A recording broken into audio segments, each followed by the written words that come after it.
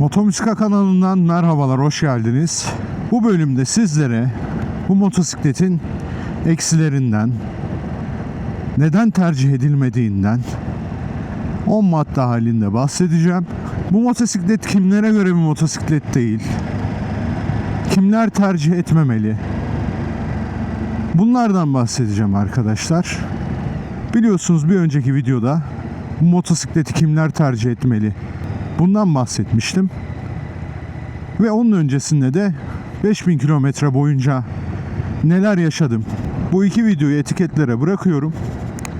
Lafı çok fazla uzatmadan bu serinin son videosuna başlayalım.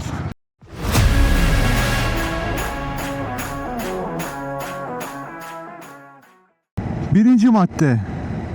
Aslında ilk 3 maddeyi servise ayıracağım arkadaşlar. Servis ve parça fiyatları pahalı. Ben bu motosiklette yağ değişimi ve zincir dişli değişimi yaptım.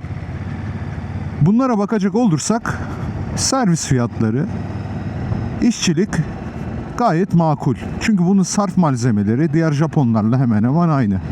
Zincir dişli seti sadece biliyorsunuz çok kaliteli bir iki tane zincir dişli seti var. Bunları takıyorsunuz. Bunların fiyatları da birbirine yakın. Ancak daha dezmo bakımı yaptırmadım. 1200 euro artı deniyor. Yani dezmo bakımına 1200 euroya vereceğiz. Üstüne başka aksilikler, eksiklikler olursa onlara da verebilirsin diyorlar. Bende daha önce VFR 800X Crossrunner vardı. Kanaldan takip edenler bilecektir. 5000 kilometre tecrübe videosunda da anlattım. Ya Honda'ya 3 birim masraf yapıyorsam buna 4 birim masrafa denk geliyor. Ama bu 1200 euroyu birden vermek sanırım işte bu insanların çekindiği mevzu.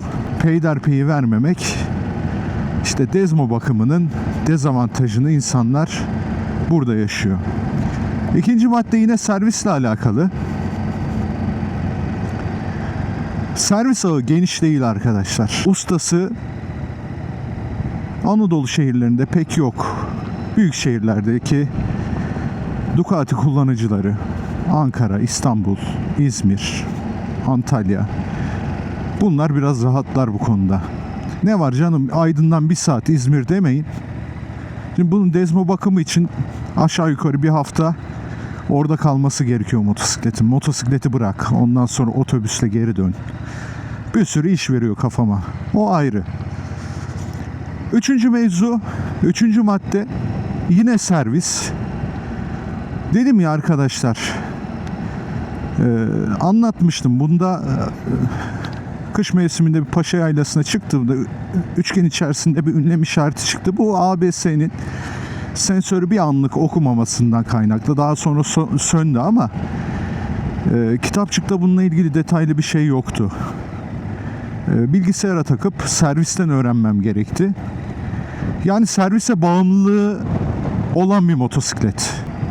Yani burada bir arızayla karşılaştığımda tırnak içerisinde elektronik bir arızayla yapabileceğim hiçbir şey yok arkadaşlar. Hiçbir şey yok.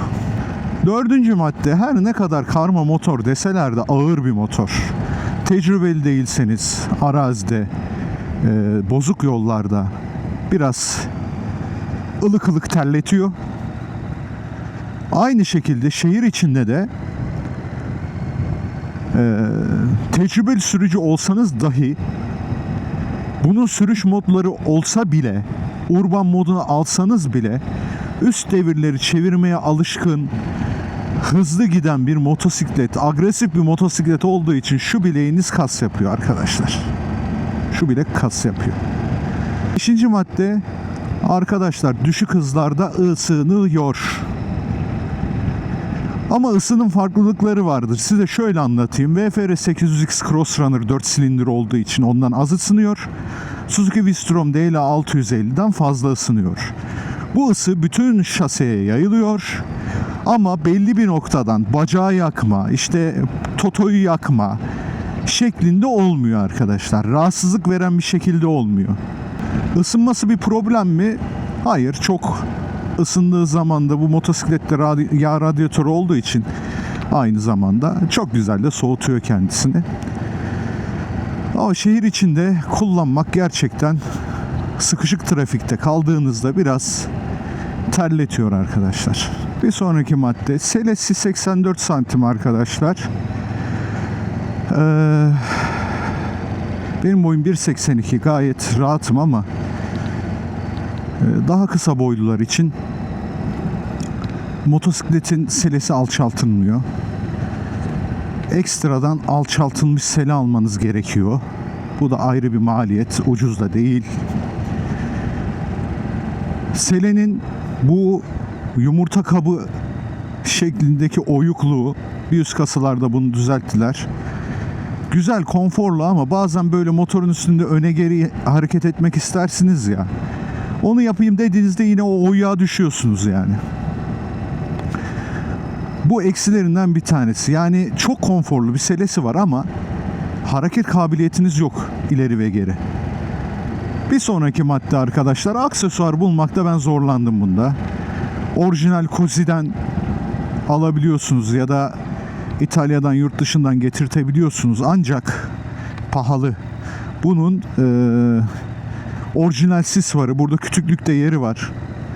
Ben dedim ki soketini takayım, ekstradan buralara bir düğme yapmayayım. Daha önceki videolarda da anlattım, 25.000 lira o sis varı takımı. Tamam, o iyidir, kaliteli. Yani kalitesinden şüphemiz yok canım. Ondan yani en ufak bir şüphemiz yok ama biraz tuzlu. Hadi o 25.000 lira anlarım. Bunun kartel muhafazası, darbelere karşı koruması için 40.000 lira. Açıp siteden bakabilirsiniz. Cosi sitesinden.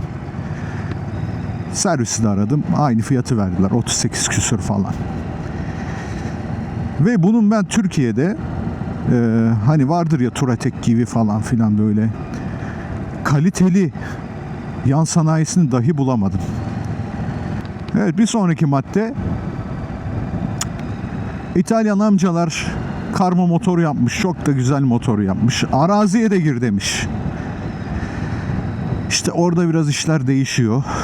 Arazi yapabiliyor mu? Anlattım bir önceki videoda. Tecrübeli bir sürücü yapabilir. Offroad donanımını çevirebilir falan filan ama düşürmeyin arkadaşlar. Düşürürseniz yandı gülüm keten elva. Burası da çökmüş. Şöyle uzak geçelim. Yani pahalı. Pahalı. Ducati pahalı. Yani ben itiraf edeyim, Suzuki DL650 gibi bozuk yollara girdiğimdeki rahat gibi bunda rahat edemiyorum. Zamanla alışacağımı düşünüyorum ya da kendimi kandırıyorum, bilmiyorum. Ya bu saydığım şeyler işte gülü seven dikenine katlanır diyorlar ya. Sineye çekilebilecek şeyler mi? Siz artık karar verirsiniz. Onun için tercih etmemek için sebepler arasında sayıyorum bunları. Evden işe giderim, işten eve gelirim, sürekli şehir içerisinde kullanabilirim diyorsanız bir kere daha düşünün. Sürekli hızlı gitmeye teşvik eden bir motosiklet, yüksek devir çevirmeye teşvik eden bir motosiklet. Bir motosiklet düşünün, hızlı gitmesi yavaş gitmesinden daha kolay. Bayağı bir tecrübeli olmanız lazım. Yani Suzuki V-Strom gibi böyle şehir içerisinde sizi rahat ettirebilecek bir motosiklet değil veyahut da Naked gibi bir motosiklet değil. Bunu aldım, bu uzun yol yapacaksın, tur yapacaksın. Kendini sıkıştırmadan A noktasından B noktasına ulaşmayı düşünmeden yolun keyfini çıkartabileceğin bir motosiklet. Bir sonraki madde, sanırım son madde bu. Bu motosiklet titiz adamın motoru. Bu motosikleti pamuklara saracaksınız arkadaşlar. Kitapçığı iyi bileceksiniz. Her şeyini öğreneceksiniz. Bakımlarını takip edeceksiniz. Bakımını aksatmayı cezalandırabilecek bir motor olarak düşünüyorum. Japonlarda ya 1000 kilometre 2000 kilometre yağ bakımını geçirdik ama bir şey olmaz diyebilirsiniz ama Özellikle Avrupa menşeli motosikletler. Kullandığım BMW'ler de böyleydi. Diyor ki, kardeşim bu motosikleti biz yaptık. Biz ne diyorsak bunlara uy. Kafan ağrımasın. Bunlara uyarken de biraz tuzlu bakım maliyeti olabilir. Onu da sineye çekeceksin. Ama bunları aksatırsan başına gelebilecek şeylerden ben sorumlu değilim der gibiler. Onun için titiz adamın motoru. Bu motor. Bu motoru seveceksiniz. Sevmezseniz kahrı çekilebilecek bir motor değil arkadaşlar. Son tahlilde arkadaşlar, bu motosiklet kimlere göre değil, kimler tercih etmemeli, bunlardan bahsedeyim. Demin anlattığım gibi ben işimi göreyim motosikleti değil, bu A noktasından B noktasına götürsün, ulaşım aracı olarak kullanayım, sadece bunu sağlasın bana motoru değil arkadaşlar. Bu motosiklette A noktasından B noktasına nasıl gittiğin önemli. Zevkli, keyifli bir şekilde götürür. Bir Japon gibi günlük kullanımda kullanacakların motosikleti değil arkadaşlar.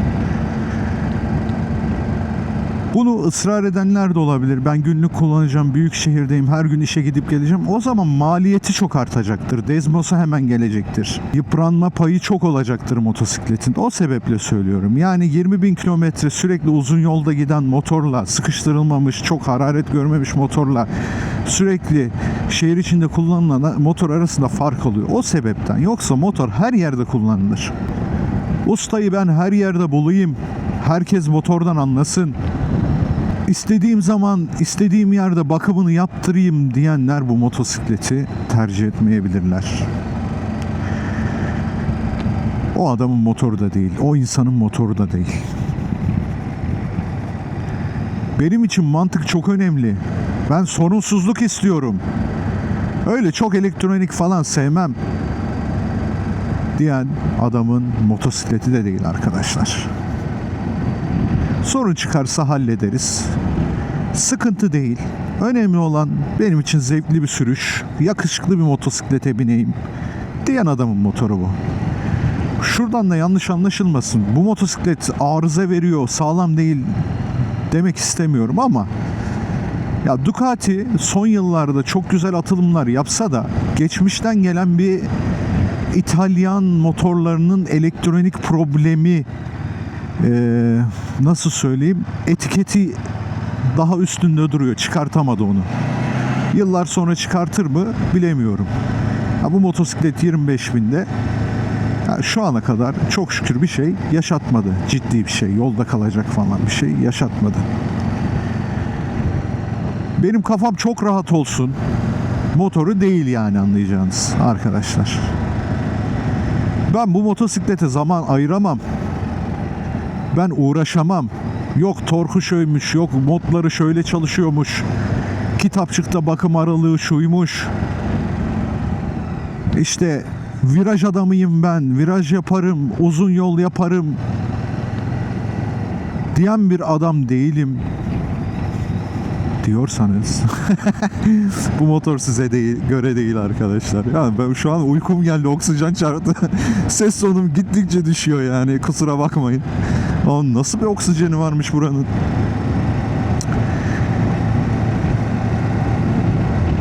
Ben servise gidip de dezmo parası o kadar veremem. Az az yaptırırım. Kilometreler geçtikçe yaptırırım ama Japon olan alırım diyen adamın motoru değil bu arkadaşlar. Benim için yakışıklılık önemli değil. Geçsin yeter diyen adamın motoru değil arkadaşlar. Durumlar böyle. Ve ben bu motoru alırım, şu fiyata alırım, şu fiyata satarım, üstünden para kazanırım diyen adamların motoru hiç değil arkadaşlar. Aha, vallahi koyunlar indi. Siz neredesiniz ya? Ben buraya her geldiğimde çıkardınız yola. Geçebilir miyim? Brr deniyordum ben. Şu kuzunun güzelliğine bakın. Tamam, bunları çok korkutmadan gidelim. En son ne diyordum? Yani velhasıl kelam, ikinci elde kolay kolay satılabilen bir motosiklet değil. Ben aldığım zaman, zorda kaldığımda hemen satmalıyım, biraz da ikinci elde para kazanırsam da iyi olur, hoş olur diyen adamın motoru değil arkadaşlar. Bu motor binicinin motoru. Uzun yıllar, uzun kilometrelerle binecek, ikinci elini düşünmeyecek adamın motoru. Her motor satılır. Satılmayacak motor yoktur. Ancak bunda zarar edersiniz. 2 daha 4. Özellikle Türkiye şartlarında. Arkadaşlar, benim anlatacaklarım bu kadar. Sormak istediğiniz şeyler olursa yorumlarda belirtirseniz çok sevinirim. Ve desteklerseniz çok sevinirim. Beğenmeyi, hype yapmayı unutmayın. Başka motosikletlerin de deneme sürüşünü yapacağım. Bu tür videolar devam edecek. Bir taraftan da güzel rotalar buluyorum Aydın ve çevresinde. Macera rotalarına devam edeceğiz. Kanalımızı böyle büyütmeye devam edeceğiz. Kendinize çok iyi bakın. Sağlıcakla kalın. Hoşça kalın.